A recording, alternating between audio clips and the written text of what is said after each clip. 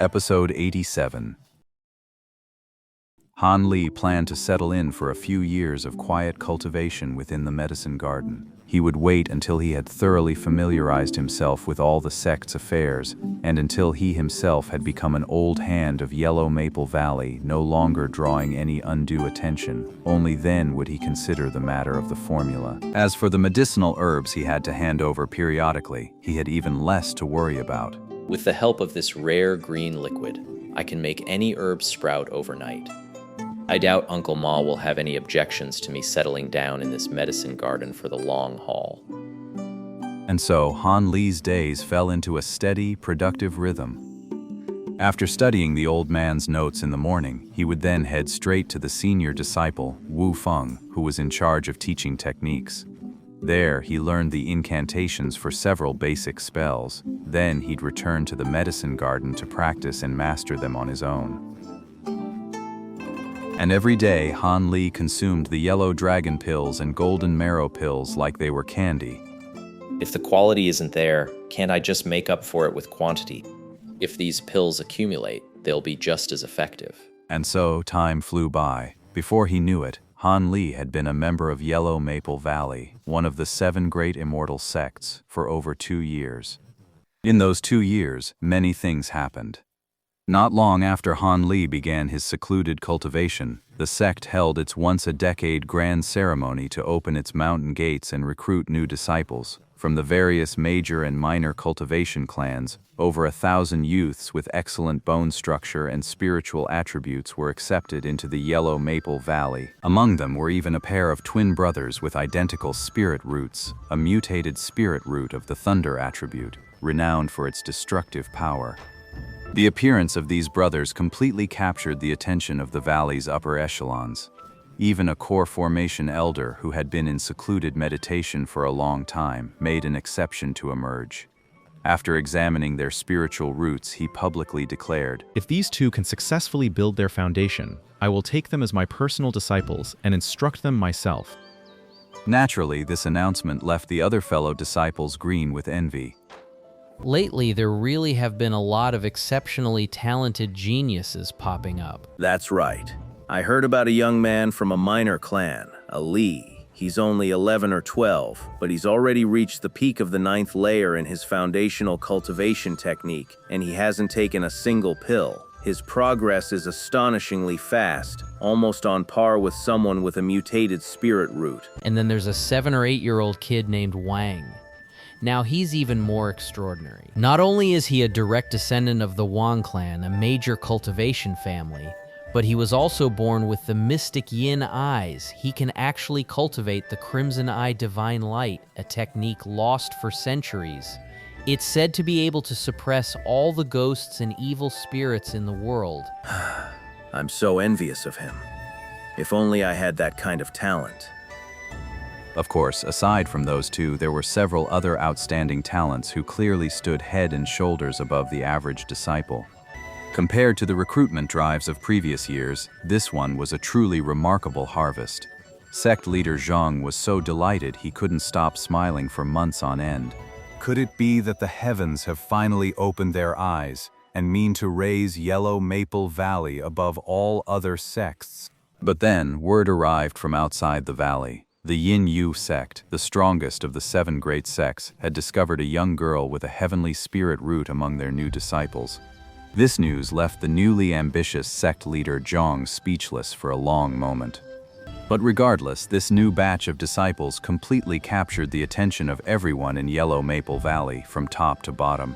Even the low-level disciples who had entered earlier spent their days gossiping about which junior genius had made another breakthrough in their foundational techniques, or what astonishing feat they had pulled off next. And so, beneath the dazzling light of so many rising stars, Han Li, the disciple who had only entered the sect by virtue of a transcendence token, was completely forgotten by sect leader Zhang and the valley's administrators. On top of that, he spent all his time holed up in the medicine garden, rarely venturing out to see anyone. As a result, the number of people who actually knew him was pitifully small. Perhaps only the senior disciple Wu Feng, who taught the techniques, and the steward Yu from the 100-step hall still occasionally remembered Han Li as these two were the ones he would see when seeking guidance on cultivation methods or collecting his monthly spirit stones. No matter what others think of me, I'm perfectly satisfied with my current semi-secluded cultivation. And the little old man who came by every few months to collect the required herbs was even more satisfied with me. After all, where else is he going to find a garden manager like me who always delivers the required items on time and never falls behind?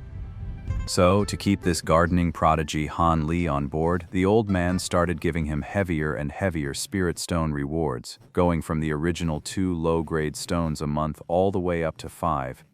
This made Han Li a genuine high earner among the low-level disciples. After all, the average income for a regular disciple was only about 3 spirit stones a month, so Han Li's favorable impression of Elder Ma grew even stronger. As for that hall master Yi who reneged and swallowed up most of his belongings, well, word has it that his highly favored grandnephew, even after taking the Foundation establishment pill, still failed to achieve a breakthrough. He was stuck, helpless, at the peak of the qi condensation stage, leaving the old man utterly exasperated. When Han Li heard about this, he gave a private, self-satisfied grin, and his mood improved considerably.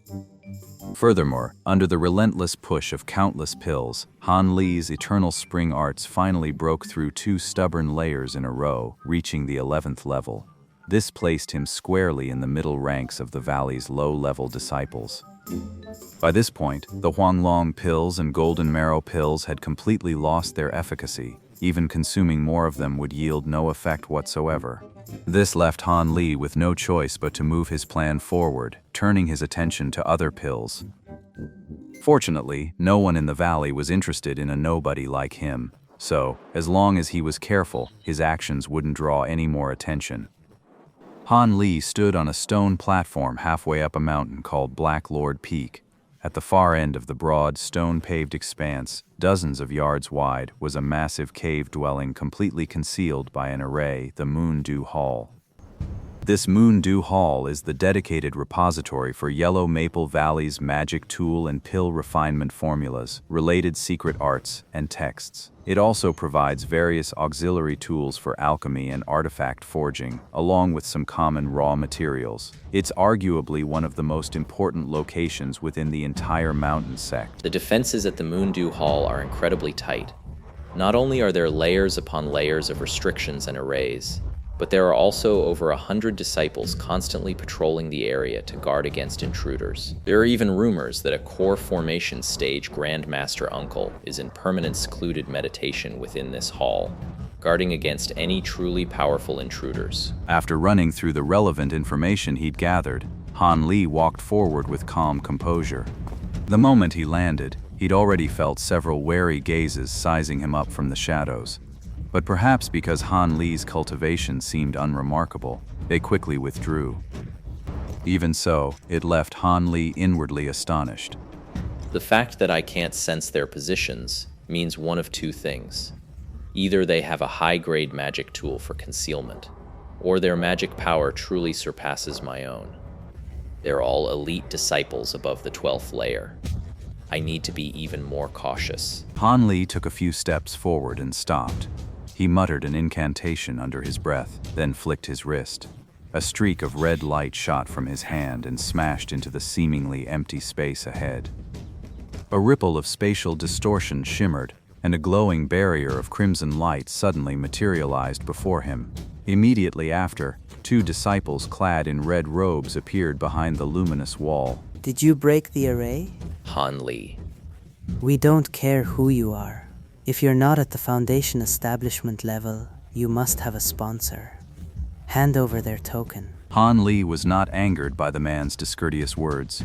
He reached into his robe, produced a jade talisman, and placed it on the ground before him, separated by the shimmering barrier. At that moment, the cold-spoken red-robed disciple reached out and tapped the light barrier. A palm-sized circular hole appeared out of thin air. The other red-robed man, who had remained silent, gave a gentle beckoning gesture. Han Li's jade talisman sprouted wings of its own accord, flying through the small opening and landing in his hand. Is Senior Brother Ma your guarantor? Indeed, it was Elder Ma who gave me this token. Han Li was inwardly shaken. These two men in red were so young, yet they were already at the foundation establishment stage. This was no small surprise.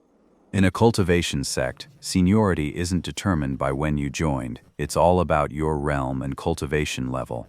After all, on the path of immortality, those with greater ability are the true masters. You mean that Brother Ma, the one who's obsessed with alchemy all day long? Isn't that right? He vouched for someone?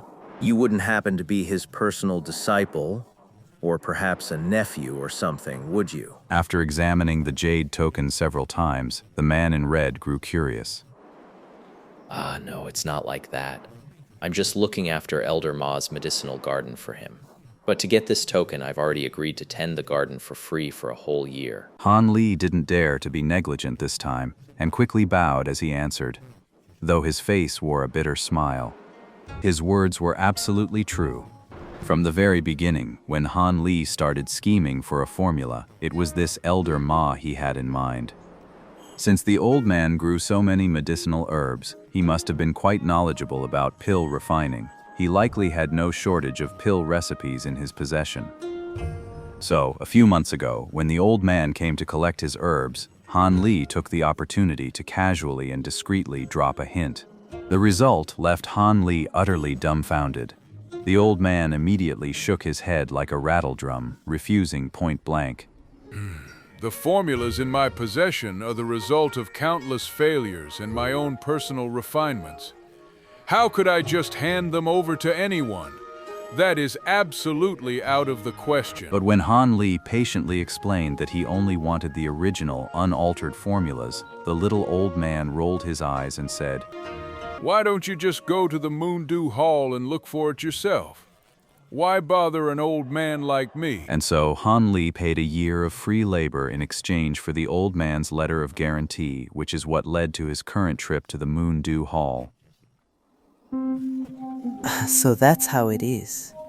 I thought the legendary senior Brother Ma had suddenly changed his ways. The two men in red exchanged a look and smiled. The one holding the jade talisman was the first to speak. All right, come on in. The two red-robed figures simultaneously cast a spell onto the light barrier. With a forceful push, they pried open a passage about 10 feet wide, just enough for a single person to pass through. Seeing this, Han Li wasted no time. Without a moment's hesitation, he flashed forward and slipped inside. But the scene beyond the light barrier left him utterly astonished. From the outside, the red barrier had blocked his view. Now that he was inside, what stretched before him was nothing but a barren, rocky mountainside. Apart from a small circular magic formation, there wasn't a single structure in sight. This left Han Li utterly baffled. Keep this jade talisman safe. You'll need to present it for inspection every time you come here. It's the rule of this place. After withdrawing the spell from the light barrier, the one who had checked the token handed the jade slip back to Han Li. Respectful. Thank you, senior uncles. Han Li withdrew his wandering gaze, trying to appear as respectful and polite as possible. He hoped to make a good impression on these two, since he'd be coming here often in the future. All right, follow me. Clearly, Han Li's efforts hadn't gone to waste. The two of them looked noticeably more amiable. After all, most of the people who came here were fellow disciples of their own generation, who naturally weren't as formal as Han Li. This, in turn, made the two of them view him with considerable favor.